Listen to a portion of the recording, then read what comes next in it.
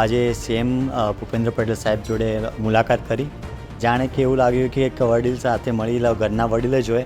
ઘણું નવું જાણવા મળ્યું બનાસકાંઠા વિશે જે અમે નથી જાણ્યું.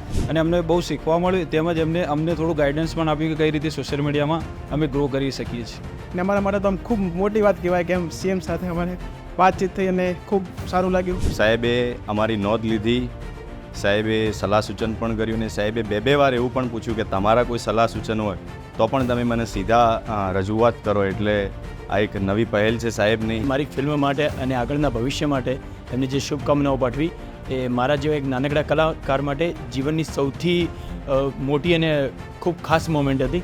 ઘણી બધી ચર્ચાઓ થઈ ગઈ હતી બનાસકાંઠાને આપણે બદલાવ લઈ શકાય અથવા સારો એવો સ્ટેજ ઉપર લઈ શકાય. સીએમ સાહેબે અમારા જેવા ખેડૂતો સીધી વાત કરી કે ભાઈ હવે આવનાર સમયમાં પ્રાકૃતિક ખેતી ઉપર ખૂબ ધ્યાન આપજો. તે તટસ્થ અને નિષ્પક્ષ સારી અને યોગ્ય જે છે એ સરકાર સુધી પહોંચાડે છે, સરકારની યોજનાને પહોંચાડે એવો વિશ્વાસ એમને બેસવાના કારણે કરી અને તેમના બિરુદ આવ્યા હતા કે તેમની કામગીરી ખરેખર બંને બાજુ સાચી છે. નાની મોટી શિખામણ આપતા કીધું તો તમે એ સુનિશ્ચિત કરો કે તમારા કન્ટેન્ટથી માત્ર લોકો પ્રભાવિત ન થાય પણ એમનામાં પરિવર્તન પણ આવે. કે જે અમારા પેજ થકી જે ગરીબો અને નાના માણસો સુધી અમે માહિતી સચોટ પહોંચાડીએ અને સારી પહોંચાડીએ એવો અમને એક અપીલ કરીએ. ખૂબ જ ખુશ છીએ કે સીએમ સાહેબે અમને આ મોકો આપ્યો અને જે બનાસકાંઠાના અંદર જે બી પ્રોજેક્ટ છે, ડેવલપમેન્ટ થવાનું છે એના વિશે અમને માહિતગાર કર્યા.